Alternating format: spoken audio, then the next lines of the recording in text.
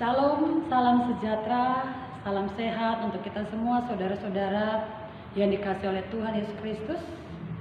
Perkenalkan, nama saya Pendeta Merlina Nova Elizabeth Prawito Pontewa, Pendeta Jemaat GPB Immanuel Bung Karno Mataram. Pada malam hari ini saya akan menyampaikan renungan Sabda Tuhan untuk kita semua sebelum kita beristirahat. Marilah bersama-sama. Sebelum kita membaca firman Tuhan, saya mengajak kita semua untuk satu di dalam doa. Kita berdoa. Tuhan Yesus Kristus, tuntunlah hamba-Mu yang pada saat ini menyampaikan firman-Mu Tuhan kepada setiap umat yang mendengarkan kebenaran sabda Tuhan.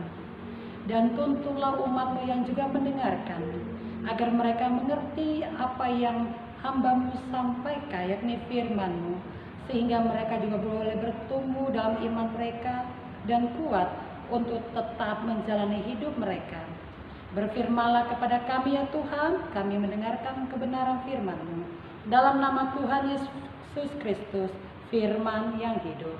Amin.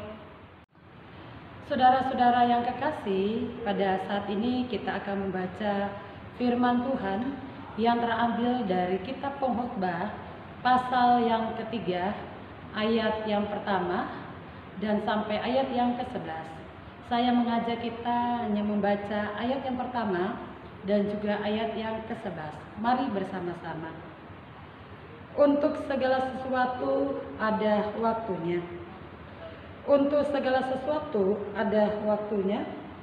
Untuk apapun di bawah langit ada waktunya. Ayat yang ke-11.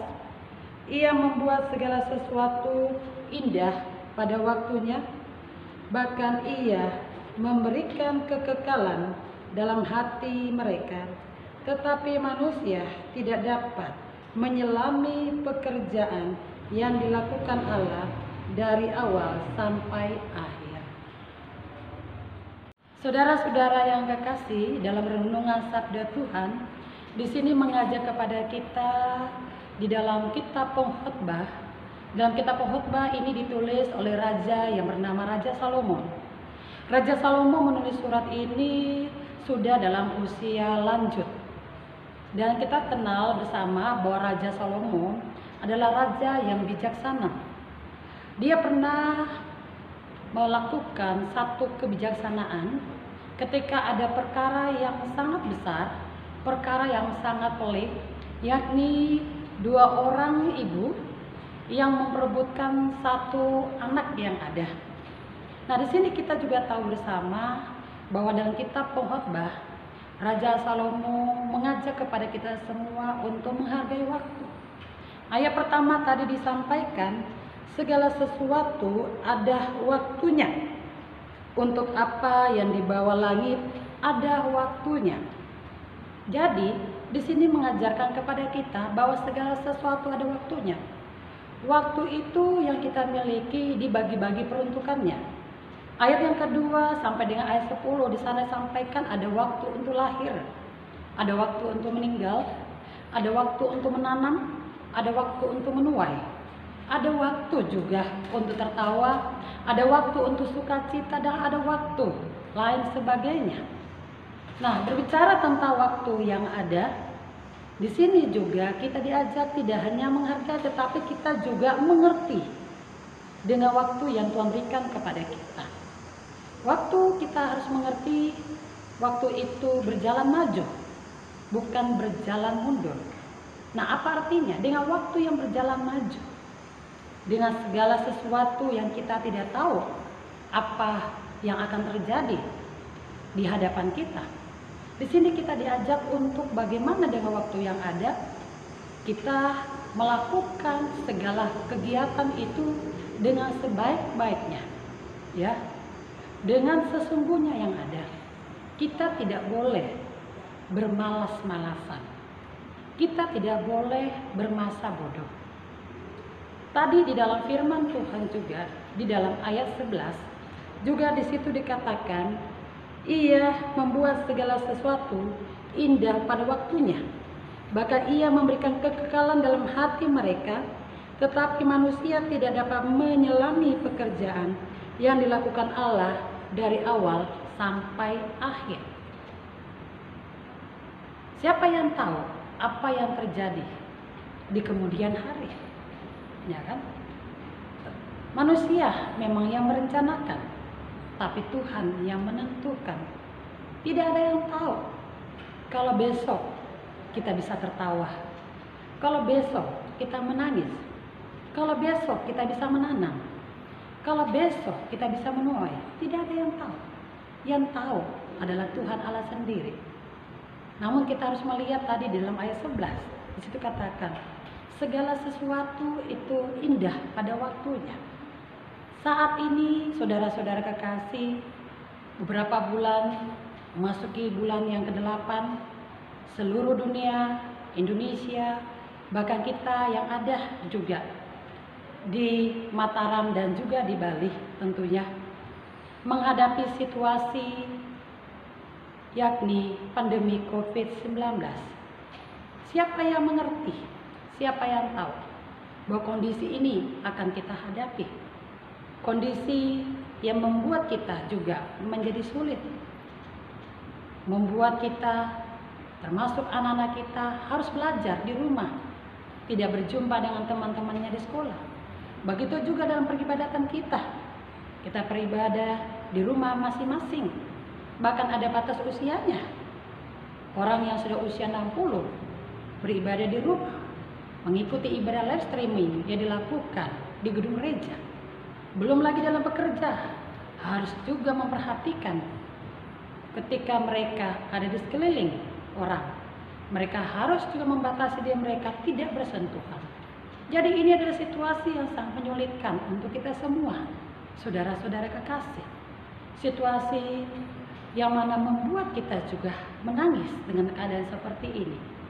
Namun kita melihat apa yang dikatakan oleh firman Tuhan, bahwa segala sesuatu ada waktunya dan segala sesuatu indah pada waktunya. Waktu ini kembali lagi bukan yang kita ciptakan. Waktu ini yang ciptakan adalah Tuhan. Yang memiliki waktu ini adalah Tuhan. Tuhan yang mengatur. Tuhan tahu, baik dalam keadaan senang maupun dalam keadaan menyedihkan. Tuhan tahu, Tuhan mengerti. Ingat, Tuhan tidak pernah memberikan kecelakaan, keburukan kepada kita semua. Walaupun kita melihat pandemi COVID-19 ini merupakan hal yang menyulitkan, hal yang sangat buruk bagi kehidupan kita.